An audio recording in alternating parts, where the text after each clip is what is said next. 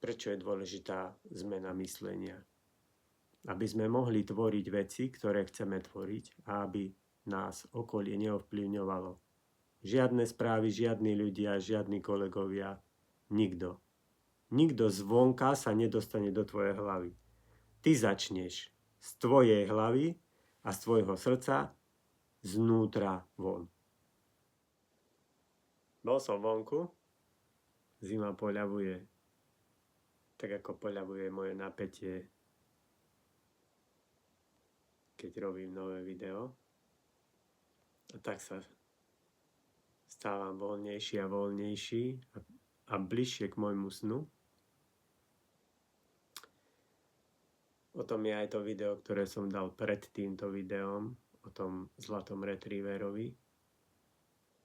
Ako sa zamyslí nad tým, keď sa mu to prvýkrát nepodarí a dokonca odíde preč a vráti sa k tomu naspäť. A aj takto ešte raz skúsi, pretože cíti,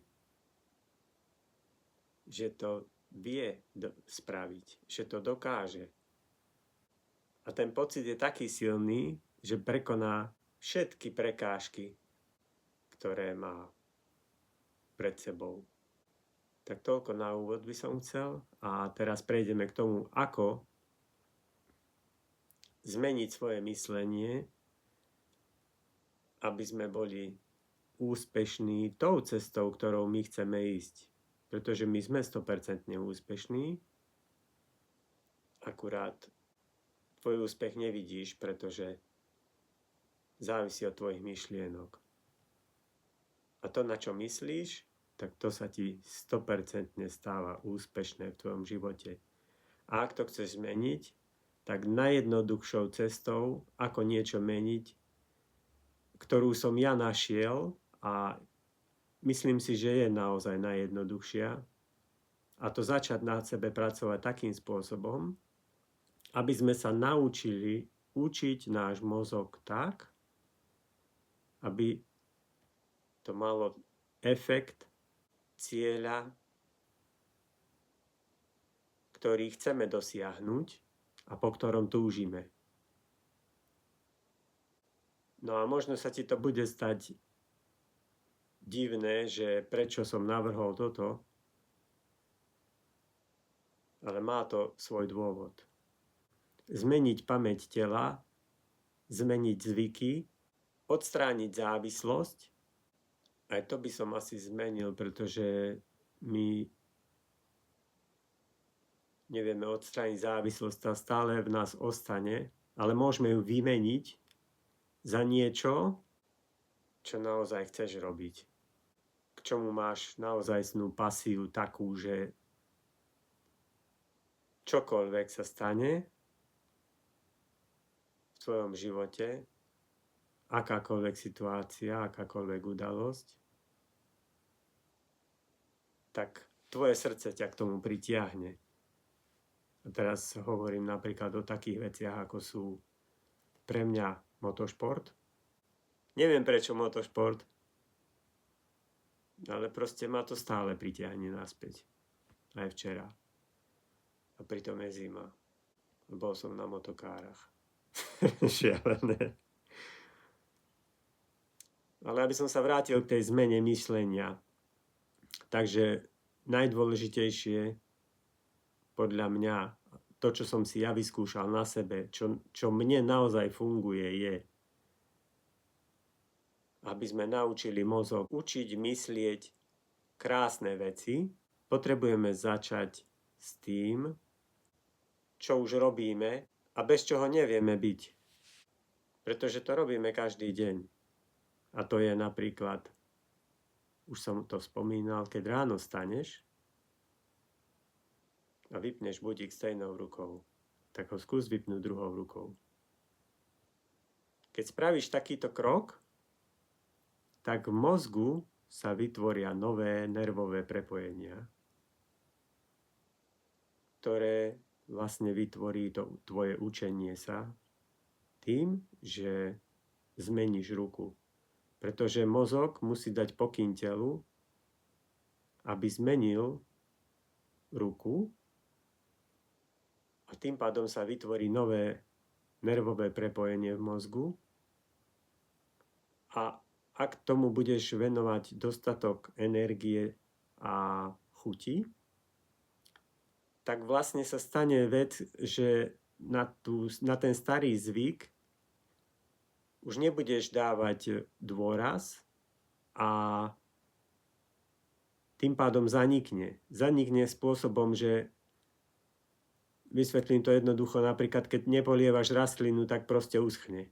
To isté sa presne stane v tom mozgu, hej, že nedávaš pozornosť tomu starému zvyku a tým pádom sa odpojí a zanikne. A vznikne nový zvyk. A tým, že robíš tieto opakovania, tak vytváraš nový zvyk, vytváraš nové prepojenia nervové a obnovuješ funkciu mozgu. Tú istú funkciu mozgu, ktorá ťa učila, keď si bol dieťa, učiť sa. Iba, že nás učili v škole to, čo nás učili, to nebudem komentovať, pretože každý vie, čo to je. A teraz máme možnosť sa učiť niečo naozaj užitočné.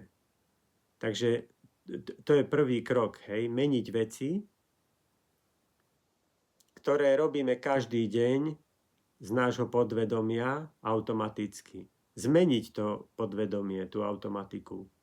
Proste prerušiť tú automatiku. Ako môže to byť dobré v niektorých prípadoch, ale čo napríklad automatika, že každý deň robíš niečo inak.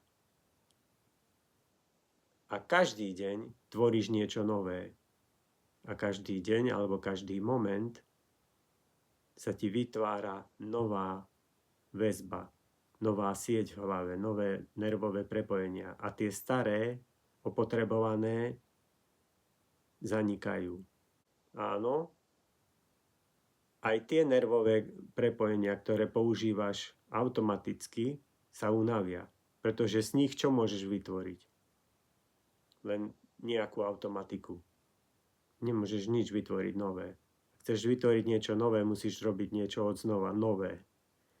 A najjednoduchšia cesta je zmeniť veci ako umývaš riad pravou rukou, umývaj ho ľavou rukou. Umývaš si zuby ľavou rukou, umývaj si ich pravou rukou. A striedaj to, každý deň rob niečo iné. Aby sme zatiaľ zo začiatku naučili mozog tvoriť veci, ktoré chceme a automatiku z toho mozgu vyhodiť von. Pretože každý deň by sme mali začať od nuly, aby sme mali čistý nový priestor na to, kde môžeme tvoriť. Prečo od nuly? Pretože napríklad sa presťahuješ do nového priestoru a ten nový priestor je nový a zariadiš si ho od nova. A teraz si predstav, že každý deň si zariadiš ten priestor od nova. Nie za to, aby si ho mal zariadený, ale za to, aby si ho zariadil tak, ako ty chceš v tomto momente, ktorý je teraz, tu a teraz. Prečo je dôležitá zmena myslenia? Aby sme mohli tvoriť veci, ktoré chceme tvoriť a aby nás okolie neovplyvňovalo. Žiadne správy, žiadni ľudia, žiadni kolegovia, nikto. Nikto zvonka sa nedostane do tvojej hlavy. Ty začneš z tvojej hlavy a z tvojho srdca znútra von. Ideme to praktizovať každý deň. A veľmi som zvedavý na vaše komenty, pretože tie komenty posúvajú aj mňa dopredu, pretože viem, čo robíš. Pretože ak sa ti nedarí, napíš mi to do komentu, do správy alebo kdekoľvek. Nejak mi daj vedieť o tom a ja viem na to reagovať a určite na to odpíšem. Ak nie hneď, prosím, vydrž chvíľočku, pretože možno, že som busy alebo som možno zabudol. Ak si myslíš, že som zabudol, tak ja neviem, pošli smajlíka, aby mi to pripomenulo tú správu. Už som mal udalosti, kedy si kamarát myslel, že ho ignorujem, ale nie je to tak. Vážim si každú bytosť, pretože každá bytosť a každý z vás, mojich priateľov, ma učí niečomu. Takže poďme do toho. Ideme meniť myslenie. A keď zmeníme myslenie, zmeníme seba, zmeníme priestor okolo seba, pretože naša osobnosť vytvára našu osobnú realitu. A nie opačne. Doteraz sme žili v svete, kedy naše okolie vytváralo nás. Museli sme sa prispôsobovať okoliu. Ale už všetko padá, všetko sa rozpadá, nič nefunguje. A keď chceš niečo vytvoriť, tak poďme na to. Vytvorme to spolu. Vytvorme každý niečo jedinečné, pretože každý človek je jedinečný. Každý tvorí sám. Žiadna chvíľa nie je opakovateľná, každá chvíľa je iná. Všetko je tu a teraz, iba v tomto momente. Ak chceš zmeniť svoju minulosť, tak ju meníš práve teraz, pretože zajtra to je už minulosť, pretože už o minútu je to minulosť a keď si sa zmenil, už si zmenil svoju minulosť. To je krok k víťazstvu. Mi to trvalo hrozne dlho, kým som na to prišiel. A musel som si prejsť veľa vecami, aby som si toto uvedomil. Aj kurzami, ako napríklad, neviem, či poznáš alebo nepoznáš, skúsi vygoogliť Dr. Joe Dispenza, ktorý sa venuje tomu, ako otvoriť svoju myseľ a svoje srdce, ako ich zosúvadiť dokopy, aby fungovali tak, ako ty chceš, aby si nebol ovplyvnený okolím. Pozri si jeho videá, ktoré sú teraz. Nie to, čo ti vo Wikipédii napíšu, pretože tam ti napíšu vec, s ktorou začal a ty prestaneš čítať, lebo si pomyslíš, že čo tento ma môže naučiť. To bola aj moja reakcia, až kým som sa pozrel na to hlbšie. Tak spravil som trošku dlhšie video, dúfam, že prejde cez Facebook, pretože som minule skúšal a neprešlo. Dúfam, že to nebudem musieť zostrihať. Tak ti ďakujem. Prajem ti všetko to, čo si ty sám pre seba praješ. Pretože ak ti ja budem niečo prijať, tak to už bude obmedzené. Aby si bol nezávislý. A ja viem, že môžeš byť neobmedzený. A ja viem, že si neobmedzený a ja viem, že si nezávislý. Tak sa prekvap sám seba, čo dokážeš. A ako jednoducho to dokážeš, keď vieš ako na to. Som tu pre teba. Ľúbim ťa a končím. Ahoj.